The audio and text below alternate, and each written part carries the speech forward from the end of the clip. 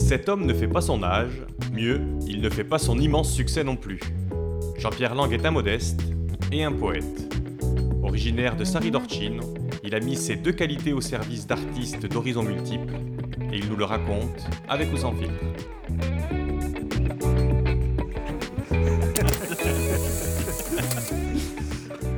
Quel pas décidé, Jean-Pierre, Voilà. bienvenue dans votre vie. Ah, bah voilà, c'est formidable. Oui, Mon c'est Dieu, formidable. Vous avez bien fait de le dire, c'est formidable. Votre Oui. vie, on va s'en apercevoir. On va C'est- la retracer à travers les photos marquantes. Oui, c'est. On va commencer je par vois. celle-là. Allez. Oui, voilà. Alors ça, c'est une photo typique d'après la guerre ou de pendant la guerre encore, qui montre ma mère, qui était corse. C'est mais la Corse, parce que- que Jean-Pierre Lang, en fait, votre maman, c'est une Mattei. Mattei, voilà, exactement. Jacqueline Mattei. Jacqueline Mattei, qui était une dame d'une consistance de caractère extraordinaire, qui tenait tête à tout, qui était une femme forte comme nos femmes corses. Une femme Elle forte. était ajaxienne et de la voir, ça me trouble de la voir avec mon frère à droite qui n'est plus là, et moi-même avec un petit béret. À l'époque, on avait froid, on était gelé, on avait les jambes bleues pendant l'hiver de froid. Et voilà. Et On est à Neuilly, là. alors, on est peut-être à Neuilly. Parce que ça, vous êtes je né sais- à Neuilly, vous, Jean-Pierre. oui, je suis né à Neuilly. On va comprendre pourquoi vous êtes né à Neuilly. Vous êtes né à Neuilly en 36. 1936. 36. J'ose à Effectivement. peine le dire parce que je suis une sorte de survivant de cette année. Et on va voir Alors- justement Mattei, la alors, famille voilà. Mattei. Voilà, alors ici, c'est l'oncle.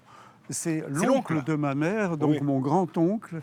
Est-ce que c'est lui, dites-moi, ce Mattei, parce que votre maman, elle va subir un drame très vite, c'est qu'elle va être orpheline très Voilà. tôt. C'est lui qui a adopté Qui ma adopte mère. votre maman. Voilà, et il était à cette époque en Indochine, et il a donc fait tout, en tant que notaire, il a donc fait tout le nécessaire pour adopter ma mère, et il est revenu en métropole pour...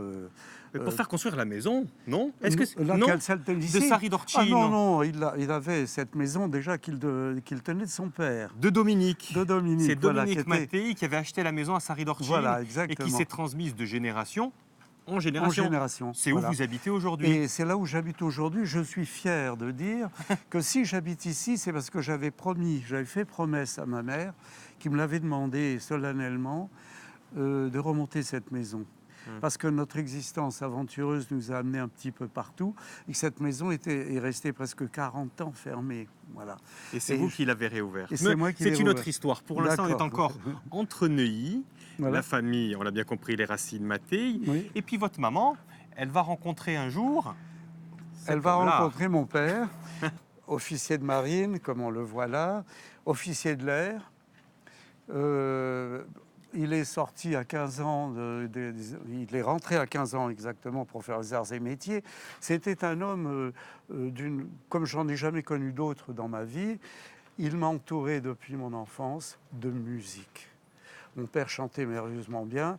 J'ai entendu toutes les chansons de Gabriel Fauré, toutes les chansons de Massenet, de Schubert, de Schumann. Toute la musique était dans la maison, tout le temps. Le samedi et le dimanche, ça chantait, ça jouait du piano, ça jouait du violon. Ses amis étaient des mélomanes.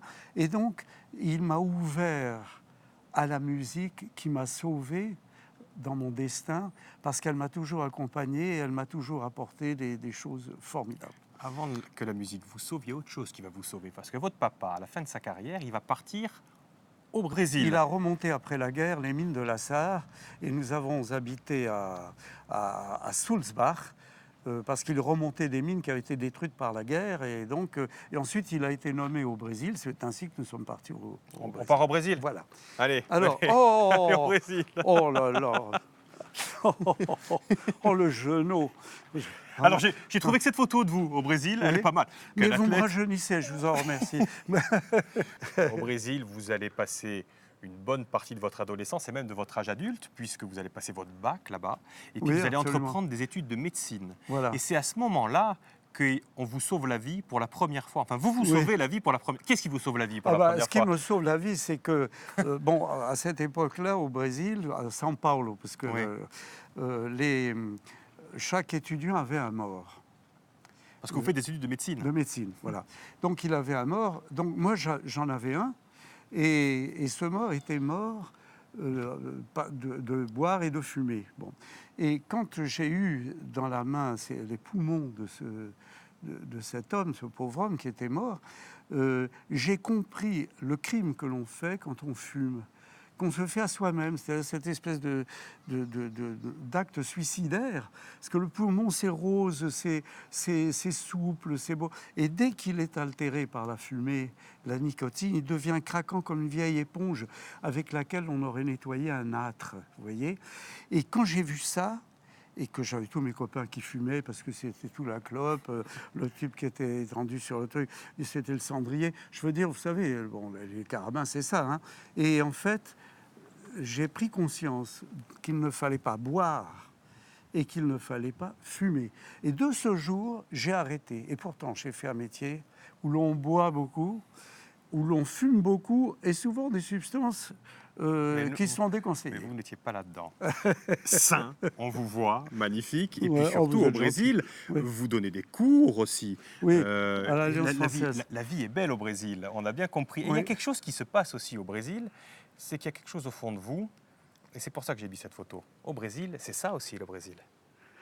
Ah, Est-ce que vous n'écririez pas des chansons dès 1956 voilà. sur votre carnet? Oh, bah oui, mais ça j'écrivais déjà des chansons avant, mais c'est à ce moment-là, en effet, et vous avez raison, que j'ai eu comme un jaillissement intérieur, mais on n'écrit pas des chansons, on les restitue. On a tous une chanson, mais le secret, c'est de trouver la fenêtre pour ouvrir, pour laisser partir la colombe. Et ça, ce sont mes premières chansons où je me suis dit, il faut que je chante, j'ai des choses à dire et il faut tout à faire cessante. Et ça ne peut pas se faire au Brésil ou au Brésil, Non. on ne les comprend pas, ces Mais chansons. voilà, exactement. On ne peut les exactement. comprendre en France. qu'en France. Et Donc ce que je vous propose, Jean-Pierre, Oui. c'est d'aller en France et voir ce que ça va donner, ces Ah chansons. bah, justement, c'est ce que j'avais fait à l'époque. Alors, Allons-y par là.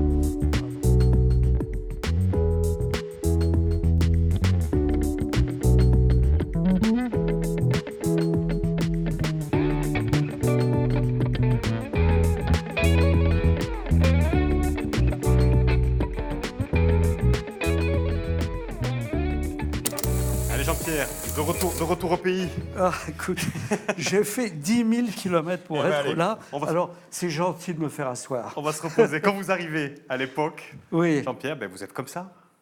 Eh ben oui, je Hein, me vous avez quoi, reconnais pas. 21 ans, 20 ans, 20 ans? Oh non, je dois avoir un peu plus. J'ai toujours fait très jeune pour mon âge. J'arrive pas à m'en sortir. Et donc là, je devais avoir 27 ans ou quelque chose comme ça. Oui. Des guitares tout autour de vous, Oui. des chansons plein la tête. Ah oui, ça c'est sûr. Et alors, vous commencez à jouer, à chanter, et en fait, dites-moi si je me trompe, c'est assez facile pour vous. On vous retrouve là Ah assez oui. rapidement. Oui, oui, voilà. Bah, exactement. Alors, Müller-Larsouille, Francis Claude, c'est une histoire extraordinaire. Parce que, bon, je ne veux pas être bavard, mais quand je suis arrivé à Paris, j'ai un ami qui m'a amené à Francis Claude l'après-midi, dans son appartement à Paris. Je lui ai chanté mes chansons, La couverture rouge, enfin, toutes ces chansons-là, qui étaient mes premières chansons. Il m'a regardé comme ça, il m'a dit, tu commences ce soir. Et alors, c'était Gainsbourg qui débutait également, mais qui chantait à Müller-Larsouille à cette époque, et qui partait le jour même. Et vous Et donc enchaînez. j'ai enchaîné, j'ai remplacé Serge Gainsbourg qui avait fait Le Poissonnant des Lilas. Voilà. Et donc. Et il y a du succès, et à tel point qu'il y a même des producteurs qui sont dans la salle. Il y a Eddie Barclay qui vous propose de vous signer Voilà. carrément. Voilà, alors Eddie Barclay, très intéressé, mais j'ai eu un intérêt pour moi, alors ça paraît modeste d'en parler comme ça, mais j'étais dans le climat de la chanson française sans le savoir. C'est-à-dire, je portais mon indignation, je portais ma rage de vivre, mon insouciance, avec une espèce de furia qui paraissait étonnante, en tout cas à l'époque, qui n'avait pas d'égal. Donc, Barclay, tout ça, et j'ai adoré ça. J'ai adoré ça parce que je le sentais. J'avais le pied qui tremblait sur la chaise. Oh là là, et devant cette salle immense, vide. Bon, et il avait raison. Sauf que la vie est ainsi faite qu'il va se passer quelque chose. Ah oui, c'est-à-dire ce qui s'est passé, c'est que j'avais un contrat de disque et mon père, qui est là, le pauvre, il est mort. Il est mort au Brésil. Assez jeune, à peine 52 ans. 52 ans. Oui. Et donc, il est mort et ma mère était toute seule avec mon frère au Brésil. Donc, j'ai été trouver Barclay. Je lui ai dit, bon, on n'enregistre pas le disque parce que je fais partir. Comment tu pars? Tu pars où? Je pars au Brésil. Mais pourquoi? Mon père est mort. Mais tu dois faire un disque. J'ai dit, je ne le ferai pas, je le ferai en revenant. Bon. J'ai pris l'avion, je suis parti, je suis resté 2 ans et demi. Vous restez 2 ans et demi au Brésil, Et pendant ces 2 ans et demi, en France, Brel est arrivé. Et Brel, qui a été une immense vedette, et c'est vraiment l'homme, le chanteur que j'ai peut-être le plus aimé au monde, Brel. Mais quelque part, il chantait évidemment mieux que moi, mais les mêmes cris, les mêmes douleurs, la même désespérance et en même temps la même espérance. Voilà. Et donc, je sais que Brel a pris la place qu'il devait prendre, mais qu'il fallait que je me retrouve une autre place. Et je n'avais plus de contrat de disque. Eh bien justement, c'est pour ça que j'ai mis cette photo. Eh Votre oui, place, elle est là quand vous revenez. Ah, elle est au hall. Alors, c'est-à-dire que quand vous revenez, comme vous dites, on ne vous a pas attendu. Voilà. Et là, c'est beaucoup plus difficile. Moi, quand vous revenez 2 ans après, c'est presque la misère, en fait.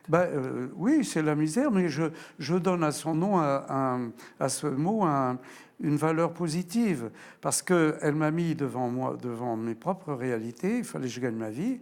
Donc, le soir, j'allais transporter les sacs de patates au hall. Je faisais n'importe quoi pour gagner ma vie. C'est-à-dire que je souffrais pour survivre, mais c'est rien quand on a le bonheur inouï de pouvoir brusquement trouver une suite harmonique, faire monter une mélodie quelque part, mais c'est une guérison de la... Mais il y a une autre guérison aussi, Jean-Pierre, c'est qu'à ce moment-là, on vous branche un petit peu sur quelque chose. Vous allez m'expliquer, justement. Ça tombe bien, c'est là. Ah, mon Dieu. Alors, justement, en voulant faire n'importe quoi, le mari de Maria Casares, si je ne m'abuse, qui s'appelait Chevalier. J'ai une très mauvaise mémoire des noms, mais j'ai toujours la mémoire du cœur. Elle était la reine de Paris, c'est une magnifique comédienne, et lui, il n'était pas mauvais non plus. Et quand je lui ai dit, dans un cabaret, je lui ai dit, moi, je suis prêt à faire n'importe quoi, même du théâtre, alors que je ne me sentais pas armé pour jouer au théâtre. Il m'a dit, si, tu pourrais, etc. D'ailleurs, je vais téléphoner à un ami pour voir si je peux te trouver quelque chose. Et il m'a trouvé une panouille, comme on dit au théâtre, dans Le mariage de Figaro, qui est une pièce sublime de Caron de Beaumarchais, comme chacun sait.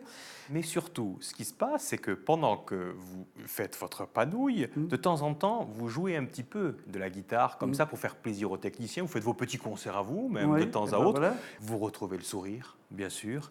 Et puis un jour, on vous appelle. Qui est-ce qui vous appelle au téléphone, Jean-Pierre? Robert Enrico. Robert Enrico, qui est un réalisateur de cinéma. Moi, je ne connais pas. Bon, ouais. Enfin, il m'appelle hyper bourru. Sur l'air de... Bon, il paraît que vous écrivez les textes. Bon, j'ai donné les musiques à la moitié de Paris. On est foutu de me faire les textes que je veux, etc. Bon, est-ce que vous êtes prêt à... Ah, je dis oui, si vous voulez. Je prends rendez-vous avec lui. J'arrive, je monte au 7e étage avec ma guitare. Et là, je tombe sur le bonhomme qui me dit, voilà les musiques, il y a 3 musiques, il faut faire les textes là-dessus. Je lui dis, mais racontez-moi l'histoire du film. Alors, il me raconte rapidement l'histoire. Je lui dis, écoutez, donnez-moi le scénario, je le lirai. Il me dit, c'est pour dans 2 jours. Hein. Moi, j'ai besoin des chansons demain soir. Hein. Bon, etc. Il me menace, quoi. Bon. Et je lui dis, écoutez, si je n'ai pas le scénario, je ne tente pas l'aventure. Alors, il me le dit, je vous demande de me rapporter ce scénario et de le montrer à personne, bon, etc. Le scénario, c'est le scénario de ce film. C'est le scénario du film Les Aventuriers. Qui a fait un carton exceptionnel. Carton donc, vous lisez le scénario, et 2 jours après, vous arrivez avec les chansons? En lisant le scénario, je me suis senti monter l'inspiration sur les musiques qui étaient merveilleuses de François de Roubaix, qui était un type merveilleux lui aussi, un type formidable. Et donc, je téléphone à Robert Enrico. Allô, j'ai fait les chansons. Ah bon? Eh ben, rapplique. Comme ça. Bon. Alors, j'arrive chez lui, 8 étages, ma guitare, tac. Il me dit, allez, montre-moi des chansons. Je lui dis, non, je vais les chanter, parce que, bon. Alors, il me dit, bon, allez, je vais monter dans la loggia. Il y avait une loggia. Il est monté dans la loggia, il m'a laissé tout seul en bas, comme un con. Et je prends ma guitare, je pose le texte et je commence à chanter Laetitia, je ne savais pas. Donc dans un silence de mort. Et à la fin de la chanson, je me dis, va me jeter dans un quart d'heure, je suis dans l'escalier. Bon. Et il me dit, formidable, c'est exactement ce que je voulais. Bon. Voilà. Deuxième chanson, pareil. Troisième chanson, pareil. Je suis sorti en volant par la fenêtre presque. Et donc, ça a donné ça a donné ça, regardez. Oui. Ah ben voilà. Voilà. Laetitia, je ne savais pas que tu étais tout pour moi. Et ça, là, ça, Oui. ça va faire le tour du monde. Ça fait le tour du monde. Mais ce qui est extraordinaire, c'est que ça m'a donné l'occasion, avec François de Roubaix, de diriger en studio Alain Delon, qui était une immense vedette à l'époque, et qui chantait pour la première fois. Très important, parce qu'à partir de ce moment-là, Jean-Pierre, vous êtes un parolier. Oui, alors oui, c'est une arme à deux C'est une tranchants. arme à double tranchant, parce qu'à partir de ce moment-là, on va vous considérer comme un parolier. Et quel Voilà. parolier! Bah, J'ai mis ça derrière. Voilà. Oh, bah c'est incroyable. Quelques-unes des 800 chansons que vous avez écrites. Et enregistré. Et là, il y a Oui. des succès. Céline Dion, D'amour ou d'amitié, c'est vous. Oui. Love Amour, et je danse. Nicole Croisy, parlez-moi de lui. Là, vous avez même fait la musique aussi. Oui. Marie Laforêt, une vraie histoire d'amitié entre vous. Bref, Oui. beaucoup de chansons. Pourquoi Oui. vous dites que c'est une arme à double tranchant? Ben, je vais vous le C'est dire pourquoi. Oui. Parce que vous, en fait, vous avez le cœur d'un compositeur. J'ai non seulement L'âme. le cœur, mais je suis beaucoup plus compositeur qu'auteur. C'est-à-dire que j'étais auteur pour passer mes mots quand je chantais. Et mes musiques étaient adaptées aux mots que je passais, aux fureurs, aux colères, aux grâces, aux sentiments. Et devenant parolier pour les autres, j'étais obligé de me réinventer pour coller aux musiques et pour coller aux voix. C'est un autre métier. Voilà. C'est le jour où j'ai arrêté de chanter que j'ai basculé vers... Alors, il y avait beaucoup de demandes de textes, tout le monde demandait des textes. J'écrivais les textes et j'avais presque plus le temps d'écrire des musiques. Voilà. Et donc, j'ai encore aujourd'hui des musiques qui sont des... Mais justement, déjà à Ouais. cette époque-là, vous ressentiez ça parce que succès oui. vraiment phénoménal. Là, il y a des millions de ventes. Hein. Hum. Mais vous persistez justement. Oh, tiens, cette photo. Ça, Vous faites encore des disques. Oui. On vous voit sur le côté où vous jouez encore. Vous faites la première partie justement de cet homme-là qu'on voit au de milieu, Brassens, oui, de en Brassens. effet. Vous continuez à vouloir chanter. Et oui, mais je chante, mais il s'est passé quelque chose. C'est que moi, comme je venais du Brésil, on m'a demandé de faire un disque de bossa nova. Mais ce n'était pas mon âme, ça. Parce que là, vous ne chantez plus les chansons fondamentales Voilà. que vous aviez au Voilà, parce que moi, je ne chante pas pour m'amuser, si je puis dire. Je chantais... L'exemple de Brel est bon parce que Brel, il ne chantait pas pour s'amuser. Il chantait pour s'exprimer. C'est tout comme un peintre qui peint pour s'exprimer. Je veux dire, c'est tout simple. Hein. Et plutôt que des chansons fondamentales, il va y avoir une rencontre fondamentale dans votre vie. Mais ce n'est pas ici qu'on va en parler, de cette rencontre fondamentale. C'est dans une pièce à côté, si vous le voulez bien. Mais il faut un confessionnal. Venez.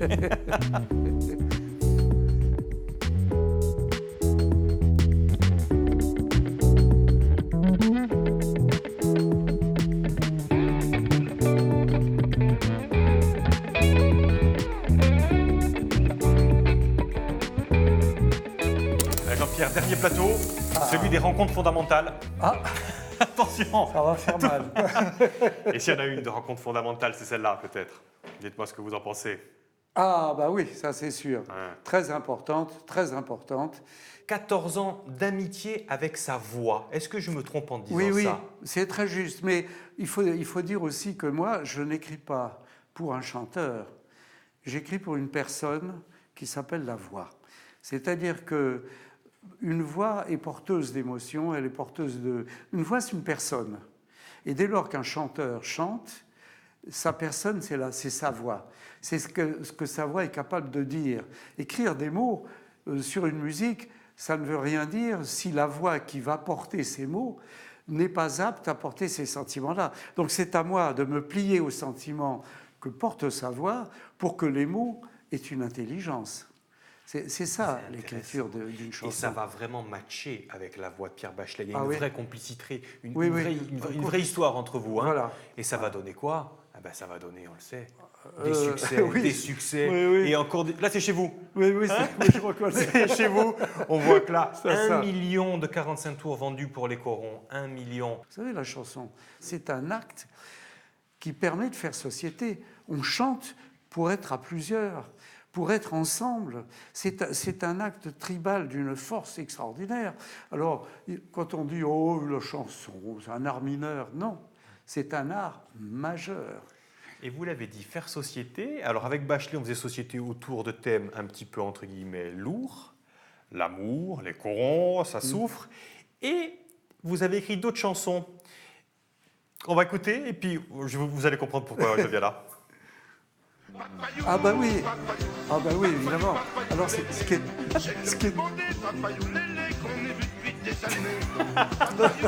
C'est vous qui écrivez ça. Oui. Et Bachelet va vous le reprocher. Il va dire pourquoi Oui. tu écris des chansons comme ça pour les chansons gays pour les autres et pas pour moi. Eh bien oui, mais j'ai déjà répondu à cette question tout à l'heure. C'est parce que la voix de Carlos, Papayou, Papayou, ça marche. Bon. Vous imaginez Bachelet en train de chanter Papayou? Bon, ça ne peut pas marcher. Pierre a une voix, avait une voix d'une force humaine, c'est une voix douloureuse, une voix pour chanter des sentiments humains qui s'arrachent du corps, vous voyez, c'est ça. Et donc, je lui écrivais ce que sa voix me disait. C'est pas à Pierre Bachelet que j'écrivais, comme je disais tout à l'heure, c'est à sa voix. Et pour Carlos, qui était un type remarquablement intelligent, extrêmement cultivé, eh bien, j'écrivais Papayou, et tous les auteurs qui ont écrit pour lui ont écrit des chansons dans ce style. Alors lui-même me demandait des chansons tristes, Carlos. Il me dit, fais-moi une belle chanson. Pour lui, une belle chanson, c'est une chanson triste. Il me dit, comment? Pour Bachelet, tu fais des belles chansons, et pour moi... Alors, il était content de Papayou, hein, ça l'a fait rigoler. Hein. Puis c'était un gros succès aussi. Oh, oui. On va pas parler d'argent, mais c'était vraiment un gros succès. Oui, mais bon. Mais ça a fait un gros succès, ça veut dire qu'il y a beaucoup de gens qui se sont amusés dessus. J'ai bien compris. Et voilà. Mais c'est intéressant parce qu'on n'est jamais vraiment satisfait, même du succès qu'on a, on voudrait un petit peu autre chose. Et vous ne renoncez pas à vos premières amours. Et on va venir sur cet écran si vous le voulez bien. Et on va être attentif, on va écouter un petit peu. Parce que c'est vous, là. Je ne me sens pas fatigué, je pourrais nager des années. Et ça, c'est la dernière baleine. C'est l'histoire d'une baleine qui dit « je suis la dernière » et qui remonte vers la banquise pour mourir parce qu'il n'y en aura plus d'autres après elle. Donc, c'est très fort aujourd'hui, ça, comme texte, Jean-Pierre. Sauf qu'à l'époque, ça l'était aussi. Sauf qu'à l'époque, quand vous proposez ça aux radios, vous faites presque engueuler, quoi. Ah mais non, mais vous savez ce qu'ils m'ont dit? Ils m'ont dit, enfin Jean-Pierre, on passe notre vie à passer des chansons à toi. Qu'est-ce que tu nous emmerdes avec un disque écologique? Voilà ce qu'on m'a répondu. Et ça, c'est la pire insulte qu'on m'ait faite.